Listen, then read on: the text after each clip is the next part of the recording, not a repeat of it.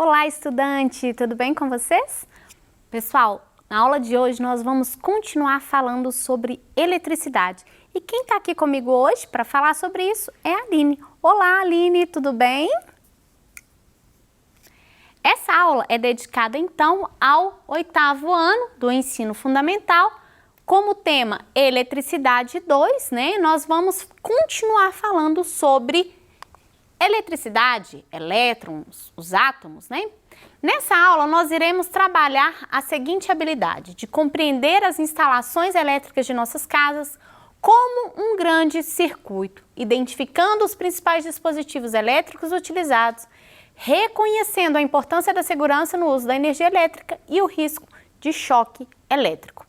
Para a gente poder entender essa habilidade aqui, nós estamos vendo uma sequência de aulas falando sobre a eletricidade, até chegar na parte de construção dos circuitos elétricos, que nós vamos chegar já, mas não exatamente nessa aula. Nessa nós vamos compreender um pouco mais como que é a passagem da corrente, né? Quais são os fios que são melhores condutores de energia elétrica, para poder a gente entender como funciona um circuito elétrico. Bom, para que a energia elétrica chegue até as nossas casas, ela precisa ser primeiramente transformada. Então, nós já falamos sobre a transformação da energia. Lembra lá daquela frase que eu tanto falo para vocês, que Lavoisier aplicou e muito bem aplicado, até hoje a gente continua utilizando? Na natureza, nada se perde, nada se cria, tudo se transforma. A energia, ela é transformada. Energia mecânica em energia elétrica em energia mecânica. Então, por exemplo, quando a energia é produzida por meio de uma fonte renovável de energia, como na usina hidrelétrica, a força da água move as turbinas, ocorre ali uma força mecânica, né, um movimento das turbinas, vai gerar a energia elétrica. Essa energia elétrica, até ela chegar na nossa casa, ela vai ser distribuída, né, de acordo com as diferentes distribuidoras de energia no país. Ela vai ser distribuída por meio de cabos de alta tensão, até chegar dentro da sua casa, onde passa pelo circuito elétrico. Então, essa energia foi transformada de energia mecânica em energia elétrica. Chegou lá na sua casa, a energia elétrica, ela é novamente transformada em quê? Quando você senta na frente da televisão e liga essa televisão, você está transformando a energia elétrica em dois tipos de energia: energia sonora e energia luminosa. Quando você liga a luz, a lâmpada da sua casa, você está transformando a energia elétrica em energia luminosa. Ou então, quando você vai lá, quer fazer uma vitamina de banana, de abacate, você pega o liquidificador, você pega os ingredientes, né, coloca dentro do liquidificador, liga ele na tomada, liga o aparelho e transforma energia elétrica em energia mecânica, na qual as hélices que estão ali dentro do liquidificador irão triturar, né, mexer aquele alimento, transformando aquilo numa vitamina. Então você pega o tempo todo, transforma as diferentes energias, ok? Mas, para que ela seja conduzida, ela precisa de um material que conduza essa energia elétrica. Então, o que acontece? Como que isso acontece? Vamos relembrar aqui alguns conceitos. Nós temos um conceito básico que eu preciso que vocês tenham bastante em mente, que é esse aqui, ó, conceito de corrente elétrica. O que é a corrente elétrica? É o deslocamento ordenado de elétrons por meio de um material condutor em razão da diferença de potencial.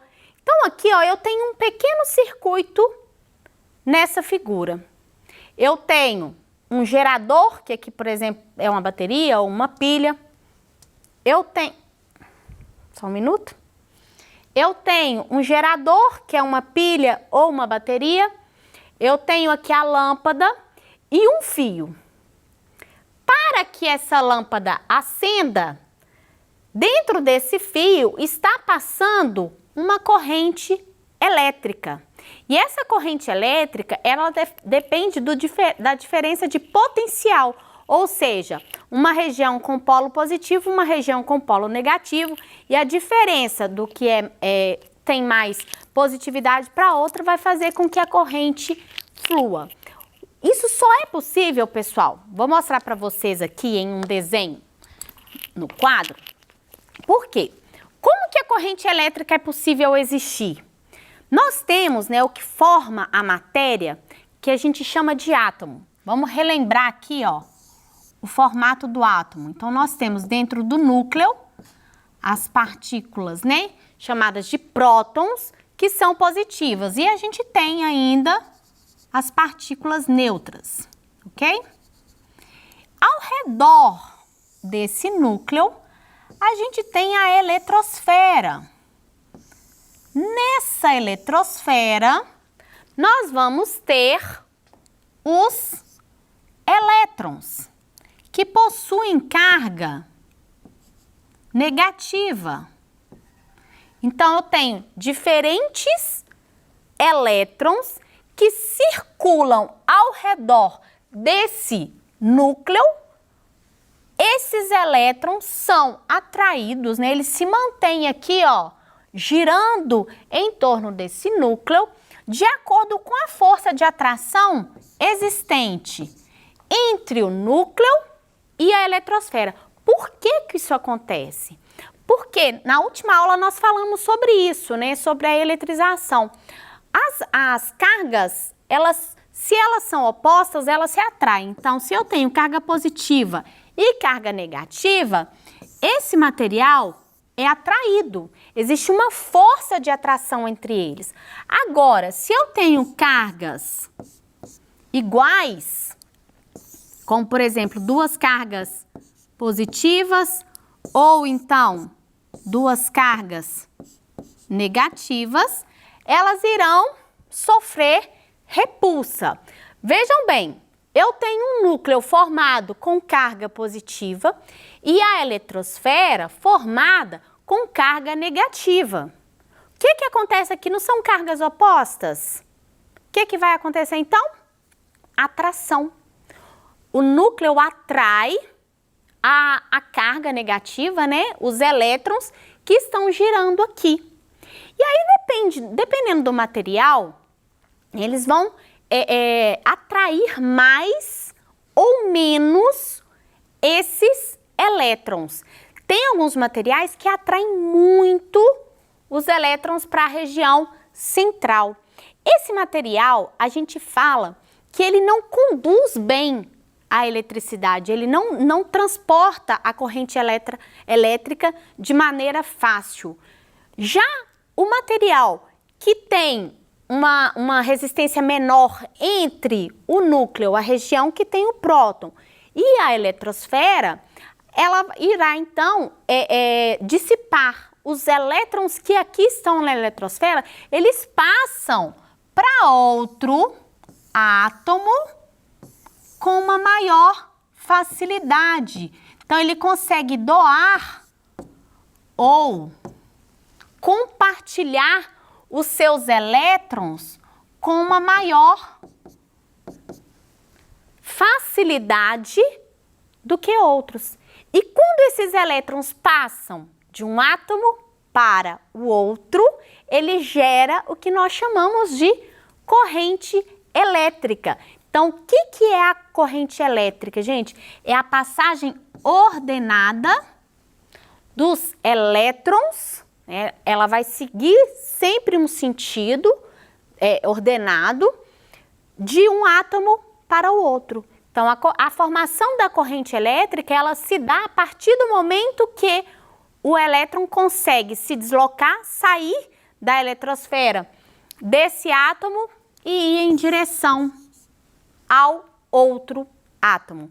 Assim é formada a corrente elétrica, ok? Agora vamos voltar para o nosso outro quadro aqui, para a gente poder continuar a entender um pouco mais sobre isso. Bom, então eu falei para vocês que a corrente elétrica é o deslocamento ordenado. Tá aqui, ó, o fio está aqui sendo o condutor e por dentro dele os elétrons estão passando de um átomo para o outro, formando o que nós chamamos de corrente elétrica, tá ok?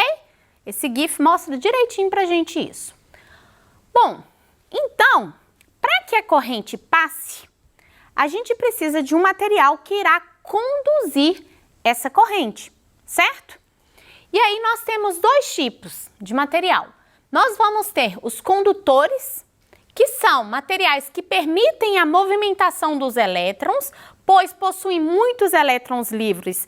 E esses elétrons, gente, a força de atração entre o núcleo e a região da eletrosfera é menor, então o elétron consegue se deslocar de uma maneira mais fácil. Agora, nós vamos ter um material que é isolante. O que isso significa? Que a força de atração dos elétrons que estão na eletrosfera com os prótons que estão no núcleo é maior, essa força é grande. E aí o elétron não consegue passar com tanta facilidade, ele vai ser então considerado um isolante. Então, o material que é isolante elétrico, ele não permite a passagem com facilidade da corrente elétrica, né? É o material que possui o elétron fortemente unido ao núcleo atômico. Quais são exemplos, né, de materiais que são bons condutores de eletricidade? Então, eu tenho, por exemplo, os metais, o ouro, o cobre, o ferro, a prata, são excelentes condutores, né, devido à força de atração do núcleo até a eletrosfera sendo menor, esses materiais transferem facilmente a eletricidade. Já materiais como plástico, borracha, o vidro, são materiais que têm a força de atração muito grande da eletrosfera com o núcleo atômico. Então, ele enfrenta uma dificuldade muito grande de se deslocar de um átomo para o outro. Por isso, eles são conhecidos, então, como isolante elétricos, certo? Bom, então, para que a corrente elétrica aconteça, né, para que o circuito seja formado, a gente precisa necessariamente de uma fonte de energia. Deixa eu voltar nessa imagem aqui, ó, que eu acho que ela mostra pra gente fácil isso. A gente precisa de uma fonte de energia. Essa fonte de energia, ela vai vir, pode ser lá da usina hidrelétrica, né, onde foi gerada a energia por meio da movimentação das turbinas, gerou-se energia elétrica, essa energia pode ser transformada em energia luminosa. E aí ela é conduzida por um fio. Essa energia, gente, vai ter sempre um polo positivo e um polo negativo. Eu trouxe uma pilha aqui para a gente poder entender como funciona um pouco melhor esse sistema. Toda pilha, ela vai ter uma região, na verdade o gerador, um polo positivo e um negativo. Então aqui na imagem, ó, tá mostrando para vocês, esse lado é o positivo e esse lado de cá o negativo. A corrente elétrica, ela vai correr de acordo do sistema do positivo para o negativo. Então a corrente elétrica, ela está sendo gerada nessa pilha aqui, ela sai do polo positivo, é conduzida por um fio até a lâmpada acende, né? E aí a energia, a corrente elétrica, ela sai dessa lâmpada e continua sendo conduzida voltando aqui para a pilha, e onde ela vai ser recarregada. Agora, se eu pego, por exemplo, esse fio aqui e substituo esse fio por um barbante ou por um plástico, vocês acham que ele vai continuar conduzindo a corrente elétrica? Essa lâmpada vai acender caso, né, eu troque este fio condutor? Eu acho que não. Se eu colocar um barbante ou se eu colocar um material plástico, isso não vai acontecer. Por quê? Porque o fio, ele é condutor de eletricidade, né? Já o barbante ou então o plástico, eles são isolantes. Ele não vai conduzir essa eletricidade. Então é o seguinte, na pilha, deixa eu mostrar aqui para vocês mais em detalhe, ó. Eu tenho dá pra gente identificar qual que é o polo positivo, qual que é o polo negativo da pilha, quando eu observo, deixa eu mostrar aqui pra câmera, quando eu observo e vejo, tem um biquinho nessa pilha, e esse biquinho é o polo positivo.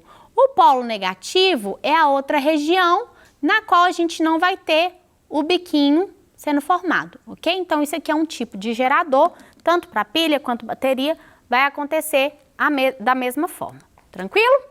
Vamos dar continuidade aqui. Deixa eu só apagar meu quadro para a gente render aqui. Vamos lá. Falei para vocês, então, quais são os materiais que são bons condutores e quais são os que não são bons condutores. Então, exemplos de bons condutores, nós temos, por exemplo, os fios elétricos, que são finos, cilíndricos, com um diâmetro constante, são flexíveis e feitos de um material condutor. Esse material condutor pode ser cobre, que é muito utilizado, pode ser algum tipo de metal, cobre, prata, ferro, vai passar aqui por dentro do fio. E nós vamos ter os cabos, que são formados por vários fios elétricos finos. Eu trouxe aqui um exemplo de cabo, olha. Eu tenho um material isolante aqui em volta dele. Esse material isolante é um plástico. E por dentro eu tenho um material formado de cobre. Olha aqui. Ao contrário do fio, que só tem um fio condutor, o cabo, ele tem vários, olha só, vários filamentos de cobre aqui dentro que irão conduzir a corrente elétrica. Caso a corrente, isso aqui esteja ligado na energia elétrica, se eu encosto a minha mão nesse fio de cobre aqui, eu vou tomar um choque. Por quê? Porque a corrente elétrica está passando aqui. Então, se eu encosto, os elétrons que estavam em movimento ordenado aqui, ó, vai passar pelo meu corpo, então me fazendo tomar um choque. Por isso que todo esse material precisa vir encapado com um material isolante, que é o caso do plástico ou borracha, que vai encapar.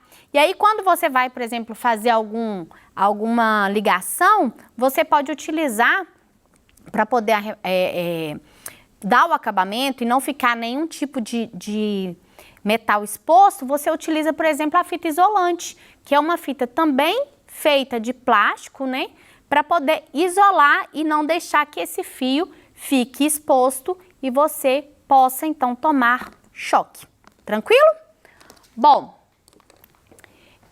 os geradores elétricos, eu já falei para vocês, né, com relação, por exemplo, às pilhas, que eu mostrei para vocês, que são tipos de dispositivos capazes de produzir corrente elétrica continuamente, transformando diferentes tipos de energia elétrica. Então, pilhas, baterias, elas são utilizadas, né, como dispositivos que vão produzir corrente elétrica.